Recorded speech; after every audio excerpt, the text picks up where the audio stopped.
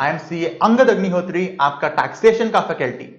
दोस्तों आज हम एक जर्नी स्टार्ट करने वाले हैं और इस जर्नी का नाम है टैक्सेशन की जर्नी। मैं आपको बात डे 1 पे क्लैरिफाई कर रहा हूं कि यह सब्जेक्ट हम सिर्फ 100 मार्क्स के लिए नहीं पढ़ेंगे। यह सब्जेक्ट हम सिर्फ इसीलिए भी नहीं पढ़ेंगे क्योंकि यह पास करना जरूरी है ताकि हम वो प्रोफेशनल बन पाए जिसके लिए हमने एक कोर्स ज्वाइन किया था। पर यह सब्जेक्ट हम इसीलिए पढ़ेंगे क्योंकि यह सब्जेक्ट हमें वो रिकॉग्निशन और वो इनकम दिला सकता है जो इस प्रोफेशनल कोर्स का आपका हाईलाइट बन जाएगा, क्योंकि यह सब्जेक्ट को आप अपना करियर बना सकते।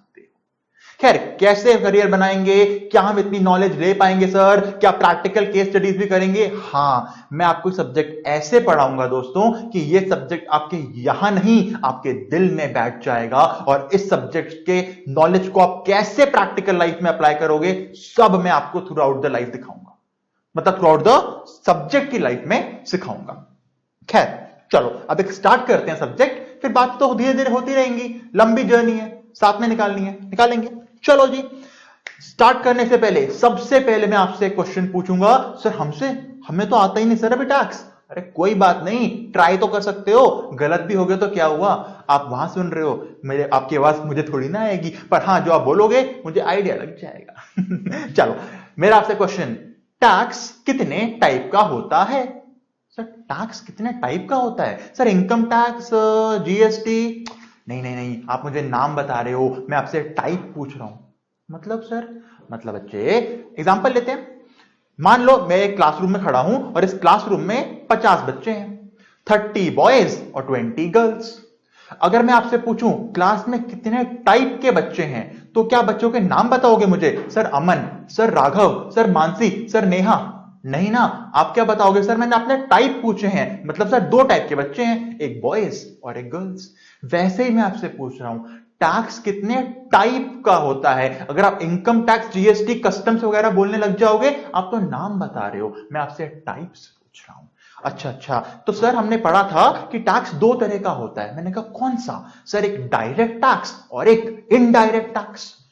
तो क्या होता है जानते हैं दोस्तों? मैं आपको बताने जा रहा हूं डायरेक्ट टैक्स क्या होता है। डायरेक्ट टैक्स नाम में छुपा है, डायरेक्ट मतलब देखो, आपके फादर मदर बड़े भाई बहन कोई जॉब करता है? हां सर जॉब करते हैं। तो बताओ जब जॉब करते हैं तो उन्हें मंथ के एंड में वहां से क्या मिलता है उनके एम्प्लॉयर से?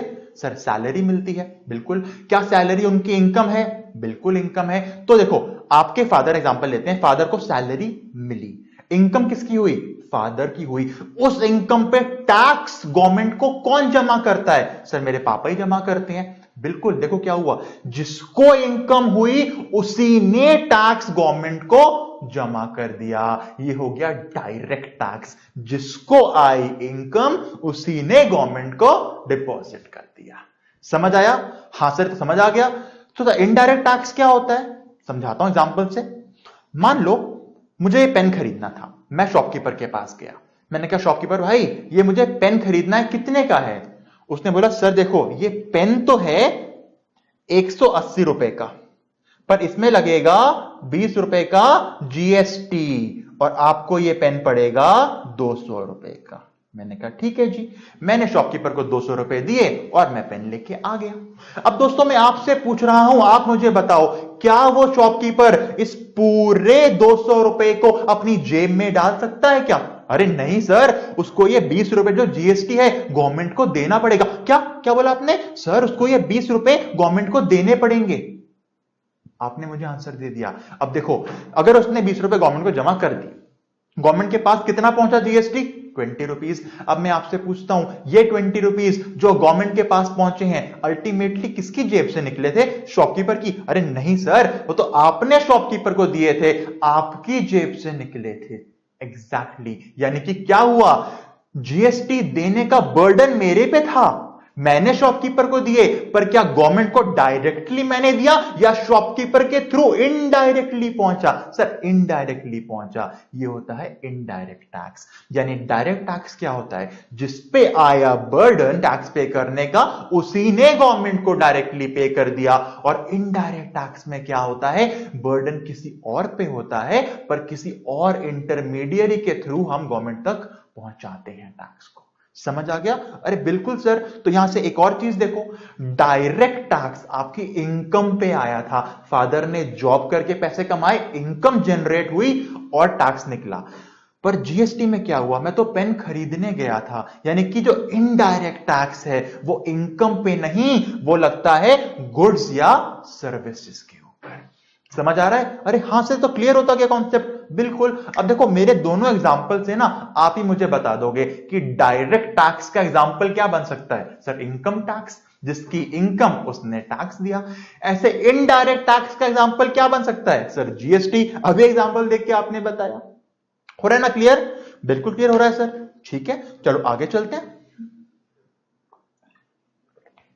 आपको एक डिफरेंस और बताता हूं। पता है हम इनकम टैक्स को क्या समझते हैं? हम कहते हैं income tax is progressive tax. Sir progress मतलब सक्सेस, पता है ना आपको? हां सर। क्यों बोलते हैं प्रोग्रेसिव टैक्स? आपने सुना होगा 2.5 लाख तक की इनकम पे ना टैक्स नहीं होता। हां सर सुना है, न्यूज में सुना है कि 2.5 लाख तक टैक्स नहीं लगता। पर जैसे ही इनकम 2.5 लाख को क्रॉस करती है, क्या होता है टैक्स का रेट? सर 5%। अब उसी बंदे की इनकम अगर 5 लाख से भी ऊपर हो जाएगी तो क्या होता है टैक्स का रेट? 20%। उसी बंदे की इनकम अगर 10 लाख को क्रॉस कर जाएगी तो क्या होगा टैक्स का रेट? सर 30%। यानी क्या हो रहा है, जैसे जैसे इनकम बढ़ी वैसे वैसे इनकम टैक्स बढ़ा। यानी जैसे इनकम में प्रोग्रेस हुई वैसे ही इनकम टैक्स में प्रोग्रेस हुई। इसीलिए डायरेक्ट टैक्स को बोला जाता है प्रोग्रेसिव टैक्स। समझ आ गया?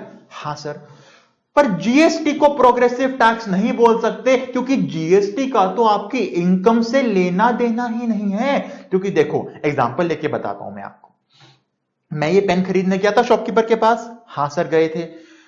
उसने मुझसे कितना जीएसटी चार्ज किया? सर 20 रुपए का। समझो यही पेन लेने विराट कोहली जाए।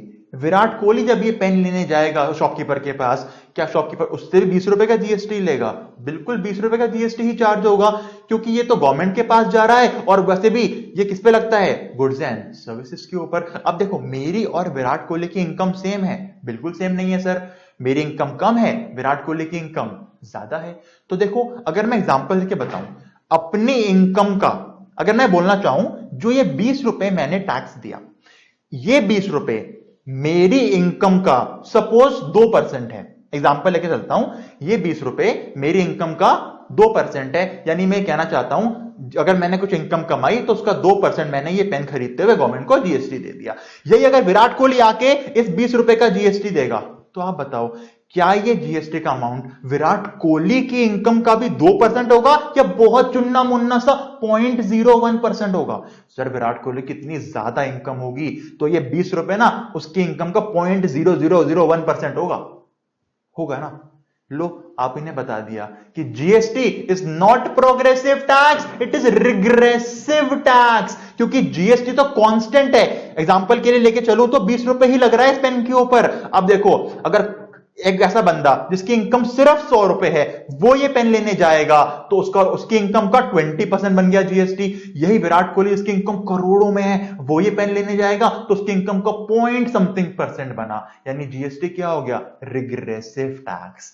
क्यों हो गया? क्योंकि जीएसटी कांस्टेंट है, उसको फर्क ही नहीं पड़ता आपकी इनकम कितनी है, उसने जिस रेट से लगना है उसी रेट से लगेगा।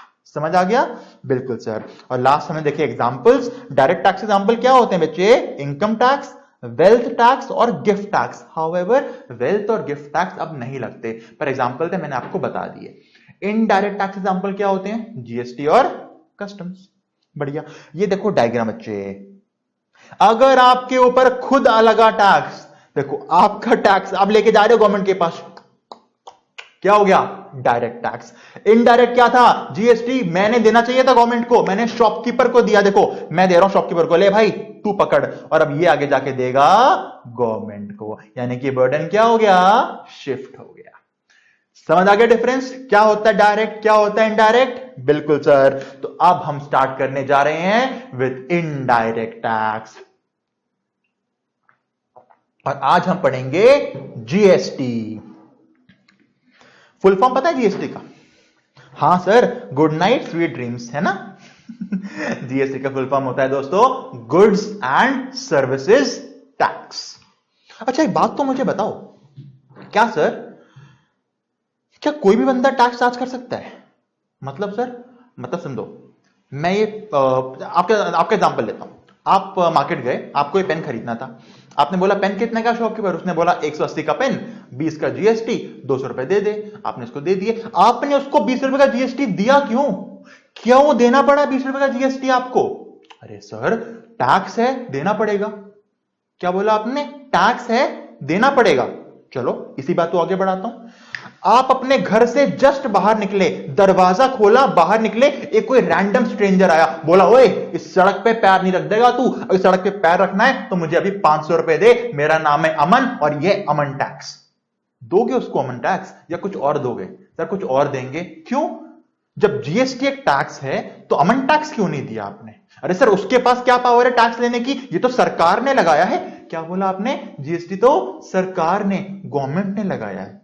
यानी गवर्नमेंट जो बोल रही है करना पड़ेगा। हां करना पड़ेगा सर, गवर्नमेंट बोल रही है तो। चलो ठीक है, एक और एग्जांपल लेता हूं। एक दिन आप चैन से घर बैठे हो, आराम से लेटे हुए हो, घंटी बजी, टिंग टोंग, दरवाजा खोलते सामने कौन खड़ा है? मोदी जी। क्या बोल रहे हैं? मित्रों, आज से हम एक कानून बना रहे हैं जिसके तहत आपके घर के सारे मोबाइल फोन हमारे, और मोदी जी सारे मोबाइल फोन लेके जाने लगे। क्या आप मोदी जी को सारे फोन लेके जाने दोगे? नहीं सर, नहीं जाने देंगे। ऐसे कैसे कोई हमारे मोबाइल ले जाएगा? क्यों? अब क्या हुआ? गवर्नमेंट ने जब जीएसटी लगाया, आपने मान लिया, तो मोबाइल फोन क्यों नहीं दे रहे हो? कंफ्यूज हो गए? कंफ्यूज मत हो। सुन, गवर्नमेंट ना कुछ भी चीज अपने आप नहीं कर सकती। गवर्नमेंट को भी एक पावर चाहिए होती है। अब सर गवर्नमेंट को पावर चाहिए होती है? बिल्कुल। आप स्कूल में थे, क्लास में कोई मॉनिटर होता था। हाँ सर, मॉनिटर होता था, बड़ा गंदा होता था सर, सारी शिकायतें लगाता था टीचर्स को हमारी। हाँ पता है, पर वो मॉनिटर कोई खुद बन जाता था या उसे कोई बनाता था? सर बनाता था। कौन? सर हमारा क्लास टीचर बनाता था। यानी मॉनिटर को पावर किसने दी? क्लास टीचर ने। अभी हमारी मॉनिटर कौन है? हमारी सेंट्रल गवर्नमेंट, हमारी गवर्नमेंट। गवर्नमेंट को पावर कौन देता है? हिंट दूं? जो 26 जनवरी 1950 को पैदा हुआ था, हमारा कॉन्स्टिट्यूशन। यानी कि कॉन्स्टिट्यूशन अगर जब तक पावर नहीं देगा, गवर्नमेंट कुछ नहीं कर सकती।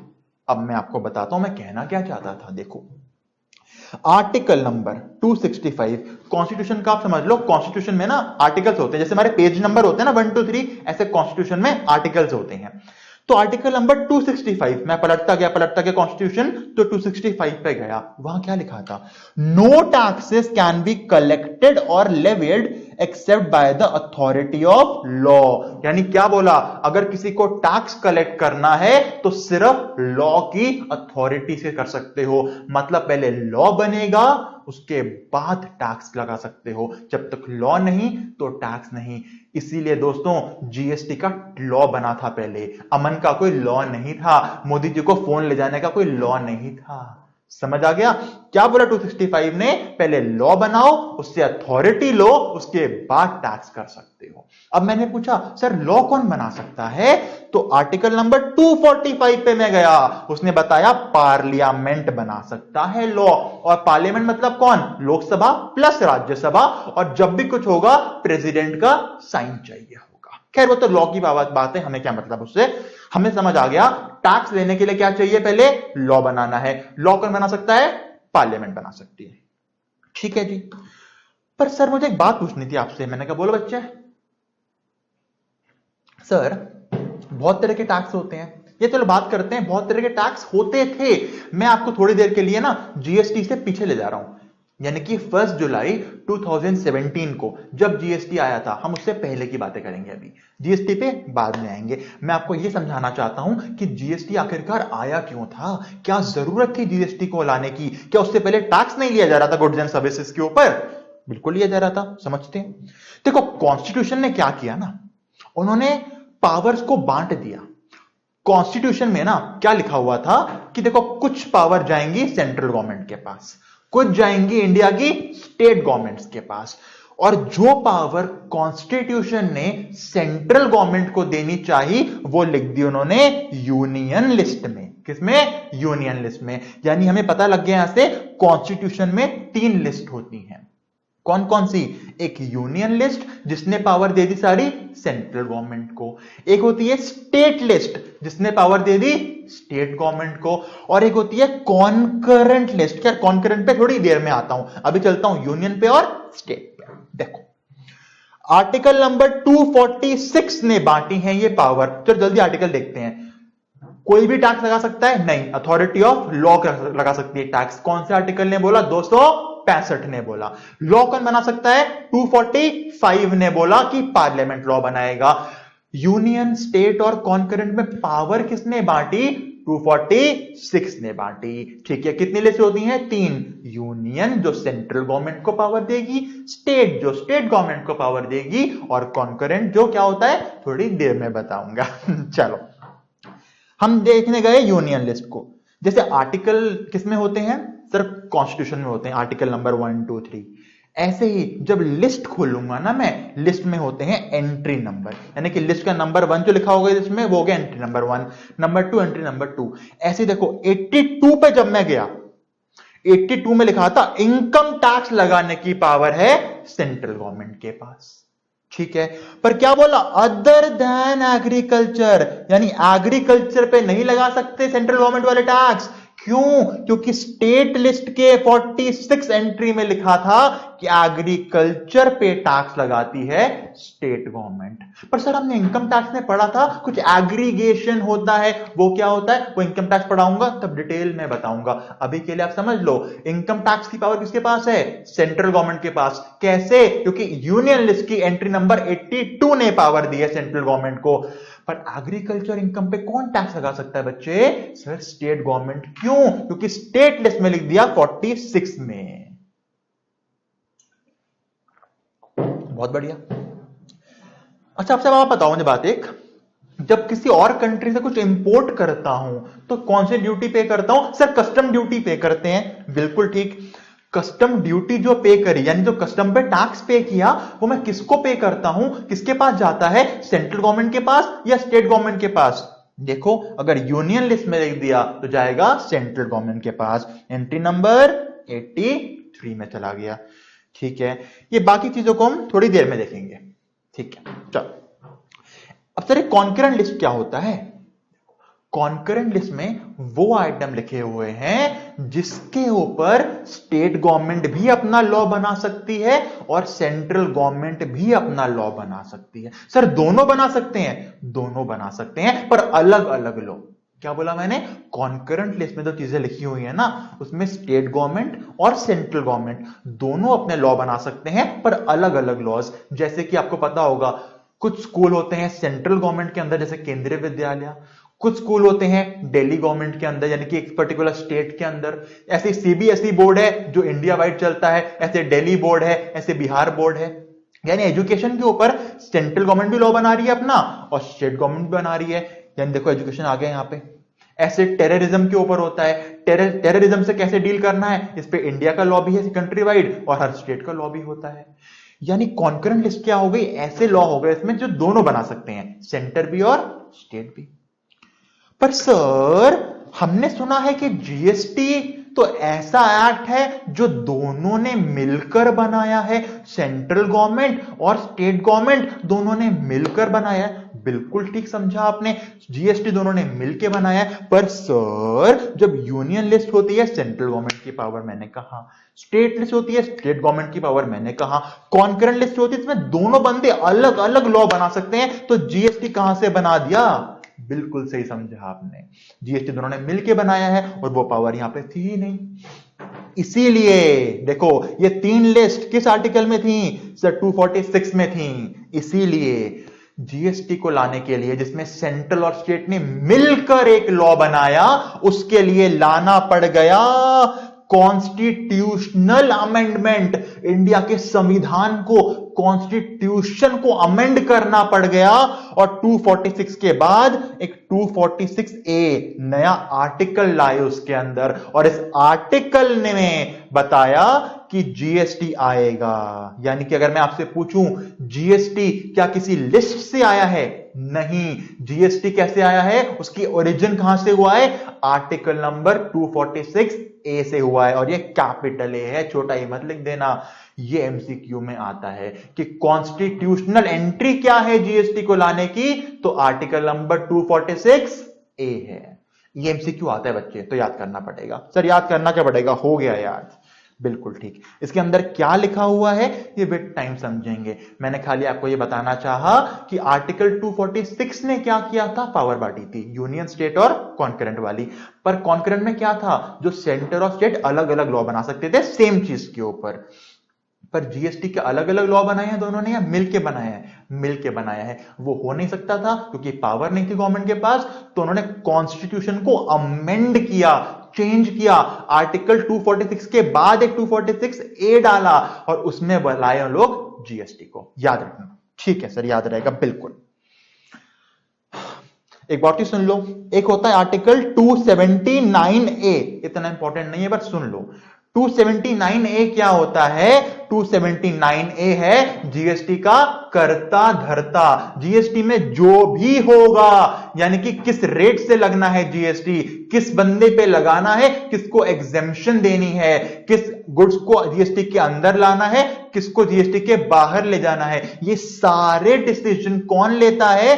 गुड्स एंड सर्विसेज टैक्स की काउंसिल लेती है, जिसको हम प्यार से बोलते हैं जीएसटी काउंसिल। तो जीएसटी काउंसिल बनाने की पावर कहां से मिली?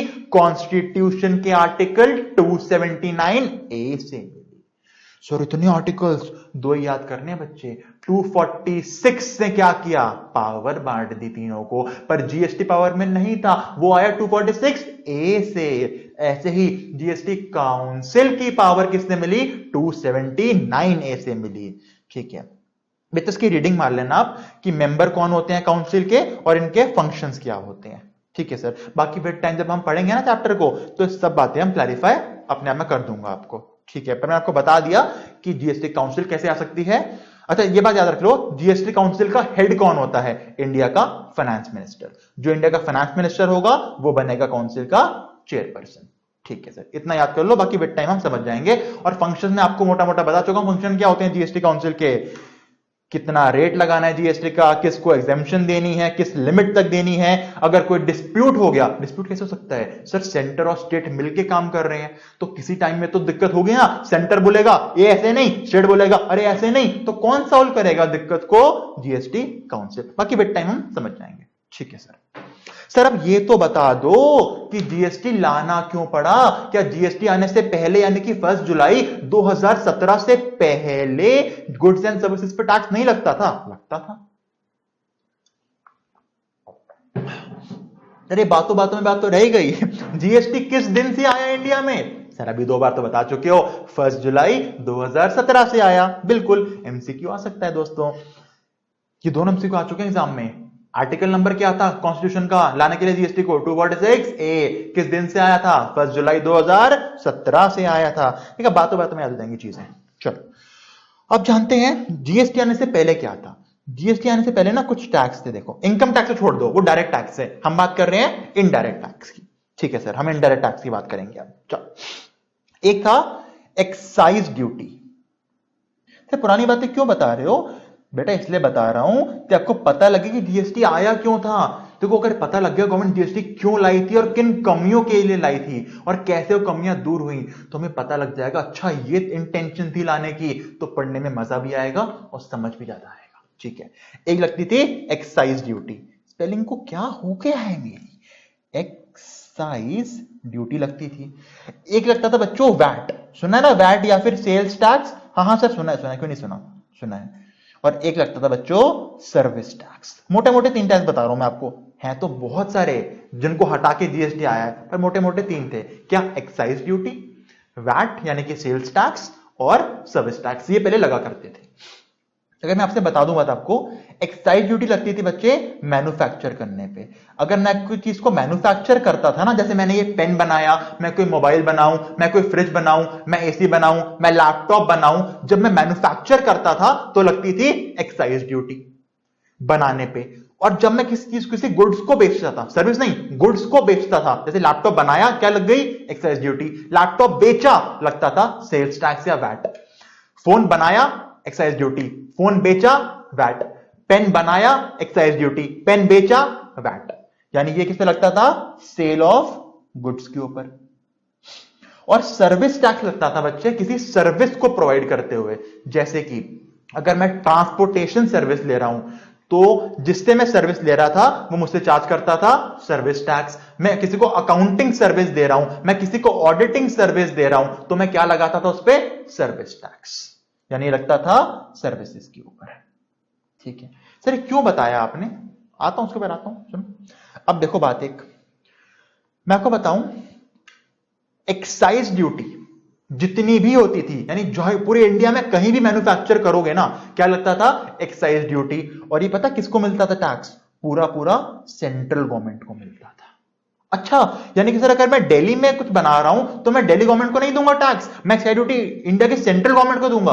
हाँ, अच्छा सर, ऐसे ही सर्विस टैक्स भी जाता था सेंट्रल गवर्नमेंट के पास। अच्छा सर, यानी कि अगर सर मैं गुड़गांव बैठा हूं और मैं किसी को गुड़गांव के अंदर ऑडिटिंग की सर्विस दे रहा हूं, तो अगर मैं उस पर सर्विस टैक्स चार्ज करूंगा तो मैं हरियाणा गवर्नमेंट को नहीं दूंगा, मैं इंडिया के सेंट्रल गवर्नमेंट को दूंगा। हाँ, सेंट्रल गवर्नमेंट को दोगे, क्योंकि एक्साइज ड्यूटी और सर्विस टैक्स ये थे सेंट्रल गवर्नमेंट के टैक्सेस, और जो ये था ना वैट और सेल्स टैक्स, ये था स्टेट गवर्नमेंट का टैक्स। क्या था ये? स्टेट गवर्नमेंट का टैक्स। इतना समझ आया आपको? सर इसमें समझना क्या है? सिंपल तो है, एक्साइज ड्यूटी और सर्विस टैक्स ये थे हो गए सेंट्रल गवर्नमेंट के टैक्स, और वैट हो गया स्टेट गवर्नमेंट का टैक्स। सिंपल, पक्का? हाँ सर। सर अभी भी आपने नहीं बताया कि जीएसटी आया क्यों था। चलो दोस्तों, अब मैं आपको बताता हूं क्यों आया था। चलो एक चीज बताता हूं, चलो आपको, देखो मान लो ये है मिस्टर आकाश। आकाश जी ने ना ये फोन को, मान लो मोबाइल है, मेरी ड्राइंग बहुत अच्छी दिख रही है आपको, फोन को मैन्युफैक्चर किया और फिर फोन को बेच दिया।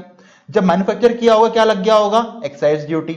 बेचा होगा तो क्या लग गया होगा? वैट। यानी एक मैन्युफैक्चरर ने एक्साइज ड्यूटी भी पे करी होगी बनाते हुए, और बेचते हुए वैट भी पे किया होगा। सर क्यों बता रहे हो बात?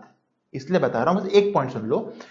अगर आकाश ने ये फोन बनाकर, मान लो इस लड़की मानसी को बेच दिया, क्या किया आकाश ने? फोन बनाकर मानसी को बेच दिया। सेलर कौन है? सर सेलर आकाश है। बायर कौन है? सर बायर मानसी है। बिल्कुल ठीक। क्या बोलना चाह रहा हूं? मानसी ने फोन खरीदा, पैसे किसको दिए? आकाश को पैसे दिए। पैसों के अंदर फोन की वैल्यू भी दी होगी, वैट का अमाउंट भी दिया होगा, जैसे अब जीएसटी दे रहा हूं मैं, वैसे वैट दिया होगा, और एक्साइज ड्यूटी भी दी होगी मानसी ने। पर क्या आकाश ने एक्साइज ड्यूटी और वैट को जेब में डाल लिया होगा या गवर्नमेंट को डिपॉजिट किया होगा? सर गवर्नमेंट को डिपॉजिट किया होगा। यानी ये था इनडायरेक्ट टैक्स उस टाइम पे, कि जो बंदा बायर था वो देता था शॉपकीपर को, शॉपकीपर आगे गवर्नमेंट को डिपॉजिट करता था। सर क्यों बता रहे हो बार बार? इसलिए बता रहा हूं बच्चे, अगर मैं एक बार बात बता दो, यहां पे आकाश ने जो फोन दिया, फोन बेचा, ये इसकी आउटवर्ड सप्लाई है या इनवर्ड सप्लाई है? सर फोन गया इसके पास से, इसकी आउटवर्ड सप्लाई है। क्या बच्चों वाली बातें बता रहे हो? ठीक है, ये इसकी आउटवर्ड सप्लाई है। सप्लाई क्या होता है सर? सप्लाई को समझ लो सेल, बस समझ लो मैं सेल को सप्लाई बोलूंगा। क्यों? ये आपको अगली आने वाली क्लास में पता लग जाएगा। अभी supply is equal to sale. चलो ठीक है सर, अब मैं आपको बताता हूं पहले क्या होता था।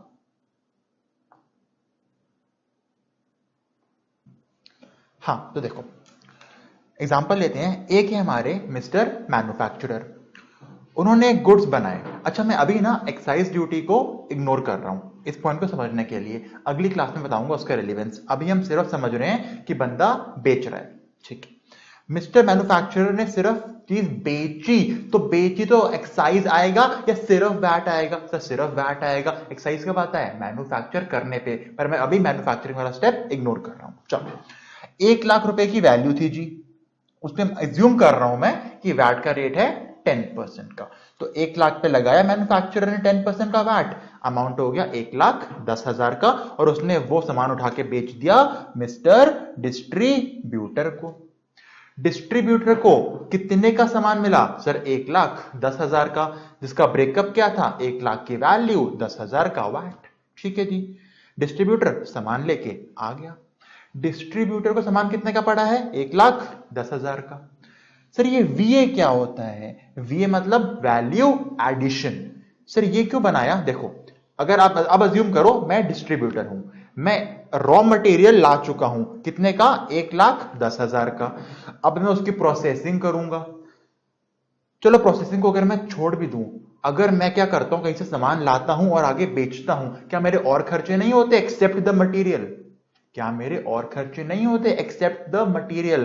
क्यों नहीं होते सर? अपने स्टाफ को सैलरी दोगे, सामान की ट्रांसपोर्टेशन की कॉस्ट होती है, जहां पे आपका गोडाउन होगा उसके बिजली का खर्चा होता है, उसका किराया होता है, बहुत खर्चे होते हैं। उसके बाद सर ये थारी तो कॉस्ट बताई, कुछ प्रॉफिट भी तो कमाओगे, यानी प्रॉफिट मार्जिन भी तो रखोगे, यानी ये सारी कॉस्ट और मेरा प्रॉफिट मार्जिन मिलाकर जो मैं ऐड करता हूं उस वैल्यू में, भाई जितने का सामान लाया हूं उतने का ही तो नहीं बेच दूंगा, आगे कुछ तो ऐड करूंगा उसमें। क्या ऐड करूंगा? सर अपनी सारी कॉस्ट निकालूंगा, उसके ऊपर एलोकेट करूंगा, साथ ही साथ अपना प्रॉफिट मार्जिन उसमें जोड़ूंगा, फिर आगे दूंगा। तो ये कॉस्ट और प्रॉफिट मार्जिन को हम बोलते हैं वैल्यू एडिशन, कि मैंने उस वैल्यू में क्या एडिशन करा।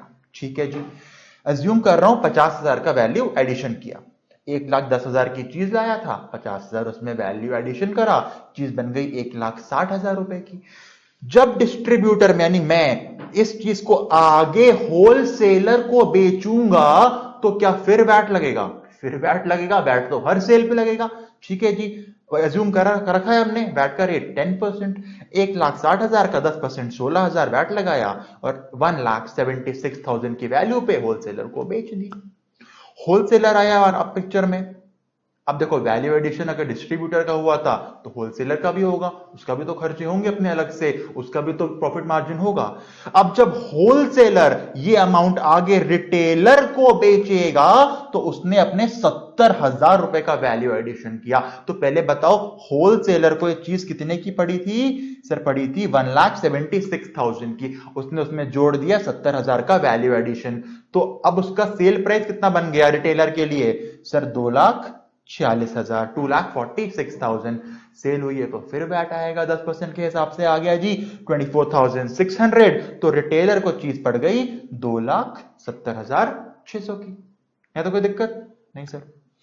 रिटेलर फाइनली क्या करता है? कंज्यूमर को बेचता है सामान, पर क्या रिटेलर अपनी वैल्यू एडिशन करेगा? वो भी तो करेगा सर, उसकी कॉस्ट भी तो है, उसका प्रॉफिट मार्जिन भी तो है। अज्यूम कर रखा है उसका वैल्यू एडिशन 60,000 रुपए का, उसको पड़ा था गुड्स 2,70,600 के, उसमें 60,000 रुपए जोड़े, सेल प्राइस निकल गया 3,30,600, उस पे लगाया 10% का वैट 33,060 और अल्टीमेटली कंज्यूमर को जो गुड्स मिले वो मिले 3,63,660 के। समझ आया पूरी चेन? होलसेलर से डिस्ट्रीब्यूटर, वहां से सॉरी मैन्युफैक्चरर से डिस्ट्रीब्यूटर, वहां से होलसेलर, वहां से रिटेलर, वहां से कंज्यूमर। पर सर आपने एक बात पे ध्यान नहीं दिया। मैंने कहा क्या? और आप भी जरा गौर फरमाइएगा। देखो ये जो 1,10,000 रुपए थे जो मैन्युफैक्चरर ने डिस्ट्रीब्यूटर को दिए थे, क्या इसमें वैट लगा हुआ था? हाँ वैट लगा हुआ था। डिस्ट्रीब्यूटर ने क्या किया? जो वैल्यू ऐड करी वो उसने किस अमाउंट पे करी? सर उसने 1,10,000 जितने में लाया था उतने पे कर लिया ऐड। पर एक बात बताओ, पुराना जो, ध्यान से सुनना प्लीज, जो मैन्युफैक्चरर से मैं लाया था उसमें दो चीजें थी, वैल्यू ऑफ द गुड्स और वैट का अमाउंट। वैट मतलब टैक्स का अमाउंट। क्या क्या था उसमें? वैल्यू ऑफ द गुड्स और टैक्स का अमाउंट। मैंने टैक्स के ऊपर अपनी वैल्यू 50,000 की जोड़ी, यानी कि देखो 1,10,000 में जोड़ा था 50,000, तो कितना आ गया टोटल वैल्यू? 1,60,000। इस 1,60,000 पे मैंने दोबारा लगाया वैट 10% का और आगे सामान चेप दिया, मतलब आगे बेच दिया। हाँ, यानी कि बात समझ सकते हो, इस 10,000 जो वैट पहले लगा था उसके ऊपर दोबारा वैट लग गया ना, कैसे देखा जाए तो। क्योंकि देखो समझ आ रहा ना क्या बोलना चाहता हूं? 1,10,000 की चीज लाया जिसका ब्रेकअप क्या था? 1,00,000 की वैल्यू, 10,000 का टैक्स। मैंने अपने जो वैल्यू एडिशन करी, अपने खर्चे पूरे पे जोड़ दिए, पूरे पे जोड़ते ही जो मेरी वैल्यू बनी 1,60,000, क्या इस 1,60,000 में पुराना 10,000 टैक्स भी है? हां सर है। अब मैंने 1,60,000 पे दोबारा टैक्स लगा दिया। अरे हां सर, ये तो टैक्स के ऊपर टैक्स लग गया। दोबारा देखो क्या हुआ, जब आगे सामान दिया 1,76,000 का, उसमें भी वैट था, उसने उसी में वैल्यू ऐड करी, फिर वैट लगा दिया। ये तो सर वैट के ऊपर वैट के ऊपर वैट लगता जा रहा है, और कब तक? जब तक अल्टीमेटली कंज्यूमर तक नहीं पहुंच गया। समझ आया आपको क्या दिक्कत हो रही थी? अरे हां सर, ये दिक्कत तो बहुत तगड़ी दिक्कत है। टैक्स के ऊपर टैक्स के ऊपर टैक्स, अल्टीमेटली नुकसान किसको हो रहा है? कंज्यूमर को हो रहा है, उसके लिए कॉस्ट बढ़ती जा रही है। तो सर ये गलत नहीं था? गलत था सर। ये गलत था तो इतने साल चलता रहा जीएसटी आने तक? नहीं नहीं नहीं, ये चीज तो जीएसटी आने से बहुत पहले सॉल्व हो गई थी। अच्छा, सॉल्व हो गई थी? कैसे सर? कैसे से पहले एक बात देखो आप, जो मैन्युफैक्चरर ने डिस्ट्रीब्यूटर को सामान बेचा, मैन्युफैक्चरर के लिए क्या था सर? Outward supply. डिस्ट्रीब्यूटर के लिए क्या बन गई सर? Inward supply. सर क्या बता रहे हो? मैं खाली ये बता रहा हूं, जो पिछले बंदे का आउटवर्ड है वो मेरा क्या है? इनवर्ड। और जो मेरा आउटवर्ड होगा वो आने वाले बंदे का क्या होगा? इनवर्ड। यही होगा? हां सर। तो एक बात छोटी सी और देख लो, मैन्युफैक्चरर ने यहां पे क्या किया? 1,00,000 के गुड्स, 10% का वैट, मुझे 1,10,000 का आउटवर्ड दिया, और मेरे लिए वो 1,10,000 क्या है? इनवर्ड है। मैंने क्या किया? मैंने पूरे 1,10,000 पे अपना वैल्यू एडिशन जोड़ा और आगे सामान दे दिया। मैंने क्या किया? मैंने पूरे 1,10,000 पे अपना वैल्यू एडिशन किया और आगे भेज दिया। दोबारा सुन लो, मैंने पूरे 1,10,000 पे वैल्यू एडिशन किया और आगे भेज दिया। मतलब मैंने पुराने वैट वाले, पुराने टैक्स वाले अमाउंट को अपनी कॉस्ट में जोड़ दिया। समझ आ रहा है?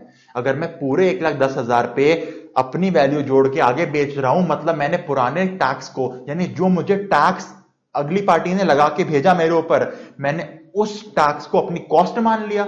मैंने क्या बोला? मेरे को गुड्स कितने के मिले? 1,00,000 के, 1,10,000 के। सर अपने 1,10,000 के माने, उस पर अपना वैल्यू जोड़ी और आगे चिपका दिया।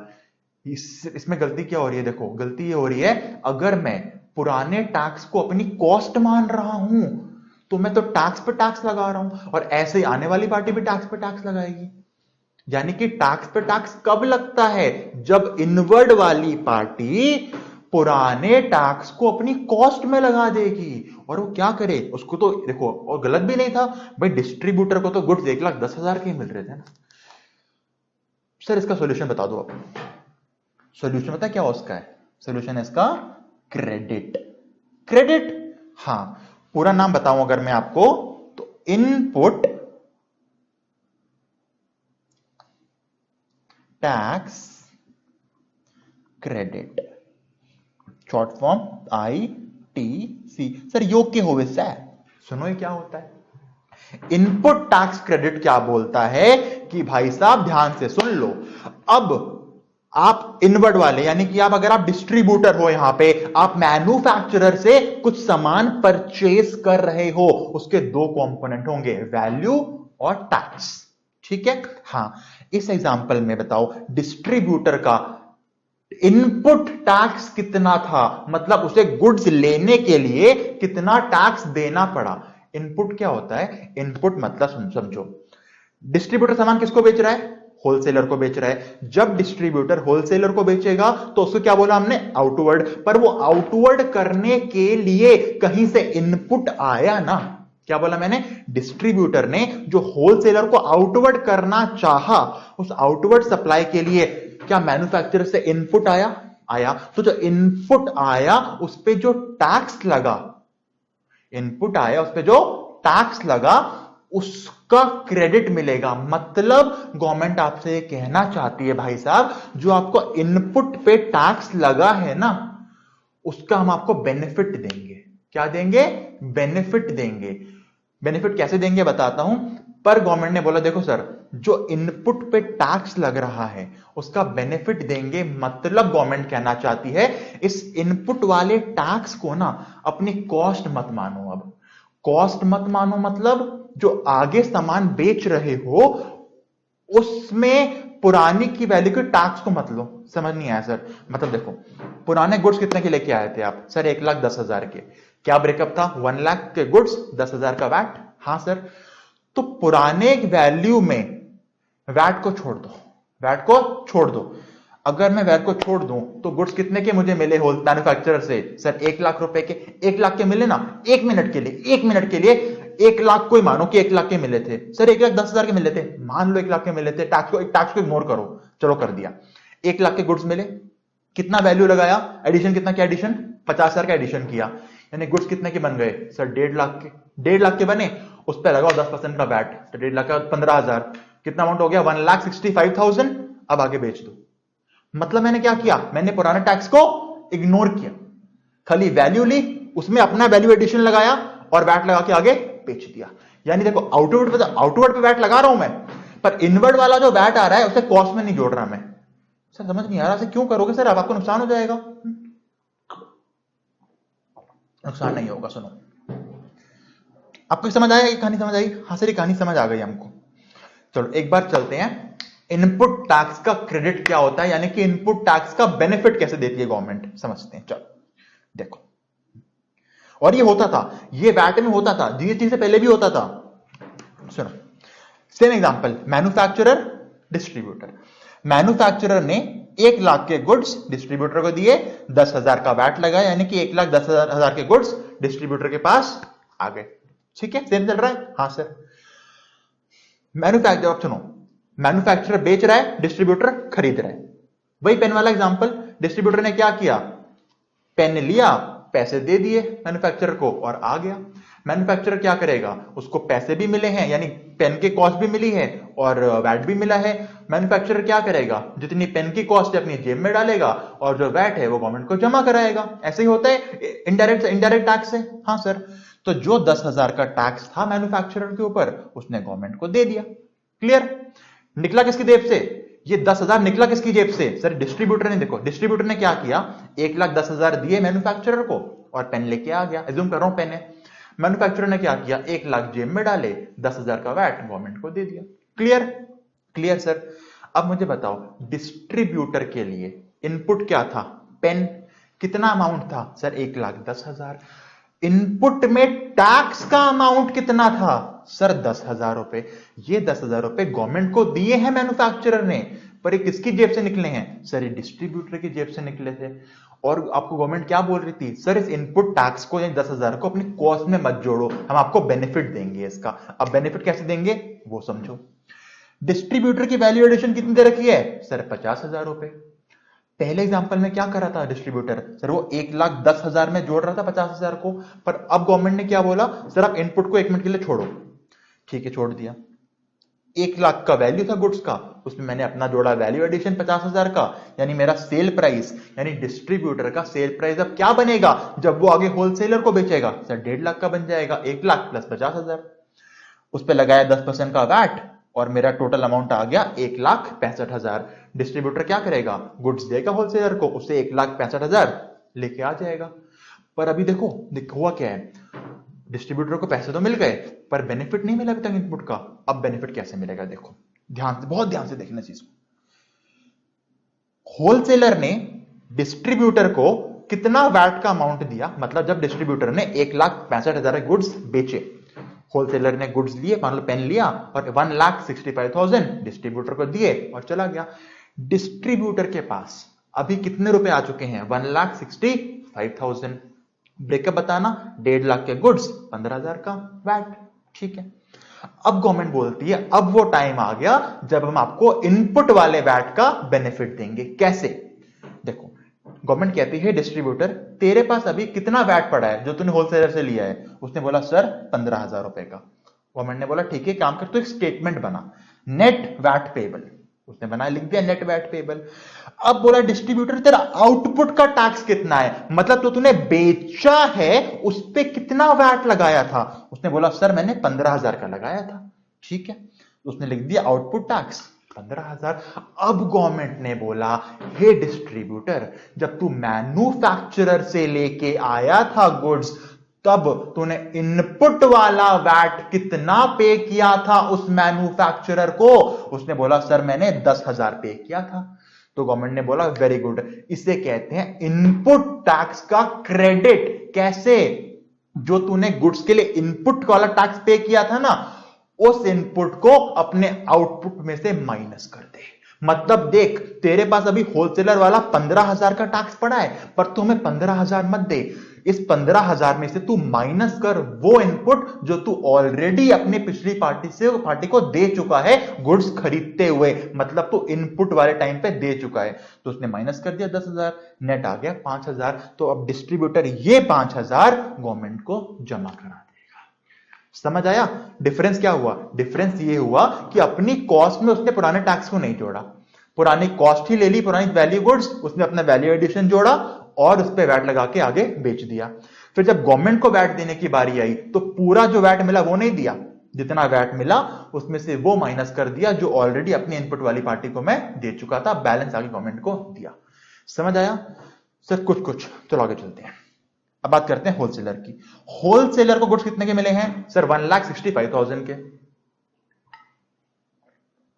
ठीक है, होलसेलर का कितना वैल्यू एडिशन सर? 70,000 रुपए का। अब बताओ 70,000 का वैल्यू एडिशन होलसेलर किस पे करेगा? 1,65,000 पे, या वैट को छोड़कर, या ध्यान से बोलूं तो इनपुट वैट को छोड़कर सेल प्राइस पे। सर इनपुट वैट को छोड़ के, ठीक है, तो उसने 1.5 लाख में जोड़े 70,000 रुपए, सेल प्राइस आ गया 2,20,000 का। उसमें लगा दिया 10% का वैट 22,000 का, और 2,42,000 रुपीज का अमाउंट आ गया। तो होलसेलर ने क्या किया? रिटेलर को 2,42,000 रुपीज में अपने गुड्स बेच दिए। ठीक है, रिटेलर ने क्या किया? 2,42,000 दिए, गुड्स लेके आ गया। होलसेलर के पास अभी कितना आउटपुट का वैट है सर? 22,000 रुपए का आउटपुट का वैट है जो रिटेलर उसको दे गया है। ठीक है, पर क्या अब हमारा होलसेलर ये पूरे 22,000 गवर्नमेंट को देगा? अरे नहीं सर, ये इनपुट का क्रेडिट लेगा। क्यों? क्योंकि इसने इनपुट वाले वैट को अपनी कॉस्ट नहीं माना है। बिल्कुल, तो हमने बनाई इसकी नेट वैट पेबल की स्टेटमेंट। Output tax 22,000। होलसेलर के लिए इनपुट कौन सा? जो डिस्ट्रीब्यूटर से आया था वो। और होलसेलर ने डिस्ट्रीब्यूटर को कितना वैट दिया था? अब इससे कंफ्यूज मत होना कि डिस्ट्रीब्यूटर ने कितना गवर्नमेंट को पे किया, वो तो डिस्ट्रीब्यूटर की हेडेक थी। होलसेलर को तो ये पता है ना कि उसने पिछली पार्टी को कितना टैक्स दिया है। हाँ सर, उसने पिछली पार्टी को 15,000 का टैक्स दिया था। बिल्कुल, माइनस कर दिया और नेट टैक्स आ गया 7,000 रुपए का, जो गवर्नमेंट को कौन देगा? हमारा होलसेलर देगा। क्लियर? अब समझ आ गया सर। रिटेलर के पास गुड्स आ गए, रिटेलर का वैल्यू एडिशन 60,000 रुपए का। रिटेलर बताओ इस 60,000 को किस में जोड़ेगा? 2,42,000 में या फिर 2,20,000 में? सर 2,20,000 में। वेरी गुड, यानी 220 में 60 जोड़ा तो मेरा आ गया 2,80,000 रुपीज। एक्सीलेंट, 280 आ गया, कंज्यूमर पे लगाया 10% का वैट और 3,08,000 के गुड्स कंज्यूमर को दे दिए। अब बताओ रिटेलर का आउटपुट कितना वैट का? सर 28,000 रुपए। ये भी बनाएगा अपनी स्टेटमेंट। क्यों बनाएगा स्टेटमेंट? क्योंकि इसको भी चाहिए इनपुट का क्रेडिट, यानी इनपुट का बेनिफिट। क्यों चाहिए? क्योंकि इसने भी सर इनपुट को नहीं जोड़ा कॉस्ट में अपनी। ठीक है, आउटपुट टैक्स आ गया 28,000 रुपए का। रिटेलर का इनपुट कितना? सर जो होलसेलर को दे के आया है वो कितना दे के आया होलसेलर को? सर 22,000 रुपए। माइनस कर दिया, नेट आ गया 6,000। इसने गवर्नमेंट को 6,000 पे कर दिए। अब देखो टैक्स के ऊपर टैक्स नहीं लगा तो कितने के गुड्स मिले कंज्यूमर को?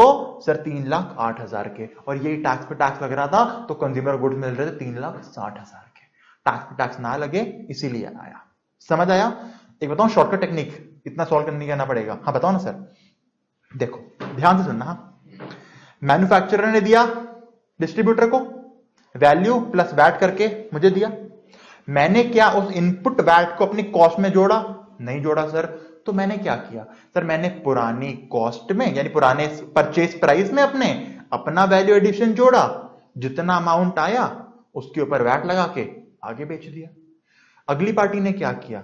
उसके लिए जो परचेज प्राइस था उसने वैल्यू एडिशन लाया, उसमें जोड़ा, आगे बेच दिया वैट लगा के। यानी बेसिकली क्या हर पार्टी यही कर रही है? Purchase price plus value addition VAT, purchase price plus value addition VAT, यही कर रही है। हाँ सर ये कर रही है। पुराने टैक्स तो कॉस्ट में नहीं जोड़ रहे, तो देखो एक तरह से वही तो हो गया, जितना आपने वैल्यू एडिशन किया उतना आपने ज्यादा वैट पे किया।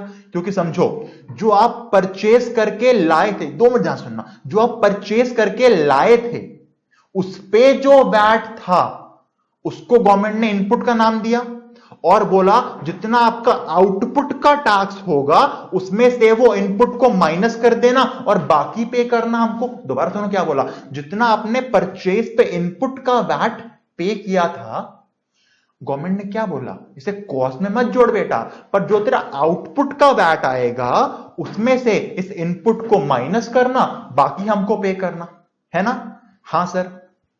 यानी कि आउटपुट जो मेरा है और इनपुट जो मेरा है इसको लिंक करता हूं मैं। इनपुट में मैंने प्राइस कितना पे किया, परचेज प्राइस पे किया, है ना?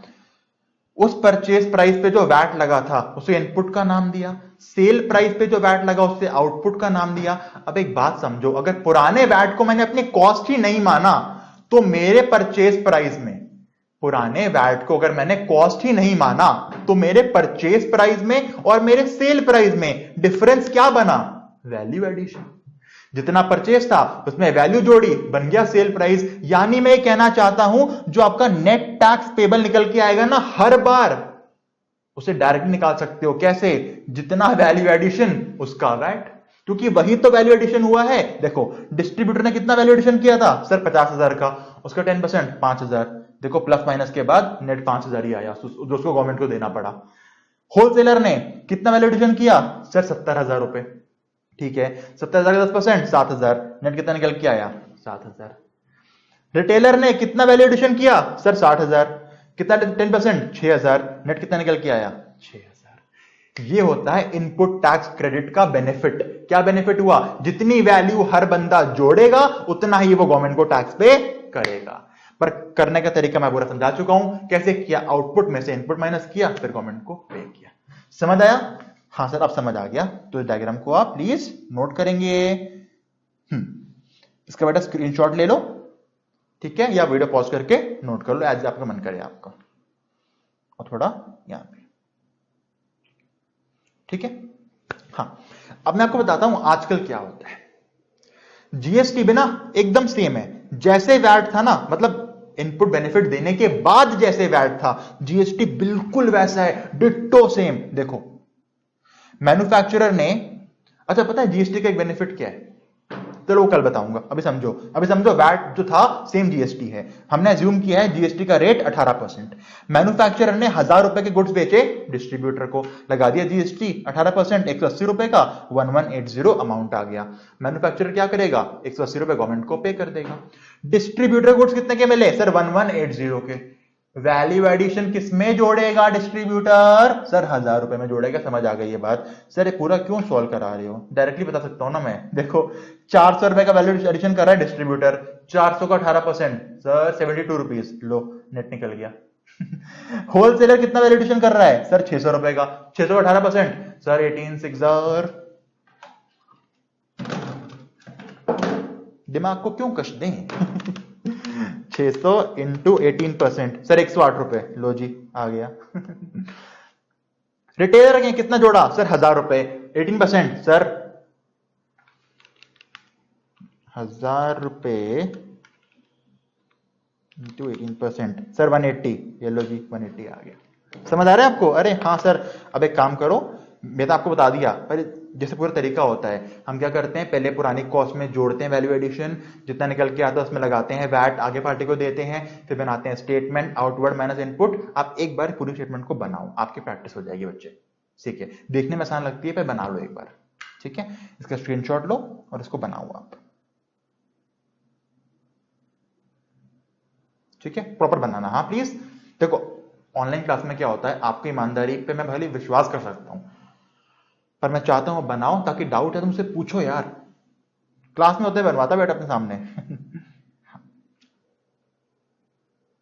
ठीक है, इसको चाहे मत बनाओ कि क्रेडिट नहीं मिलता तो क्या होता, थोड़ा देखना तो देख लो। तो सबसे पहले बताया था क्रेडिट नहीं मिलता तो क्या होता, पुराने टैक्स को कॉस्ट में जोड़ लेते अपनी। समझ आया इतना आपको? तो समझ आ गया।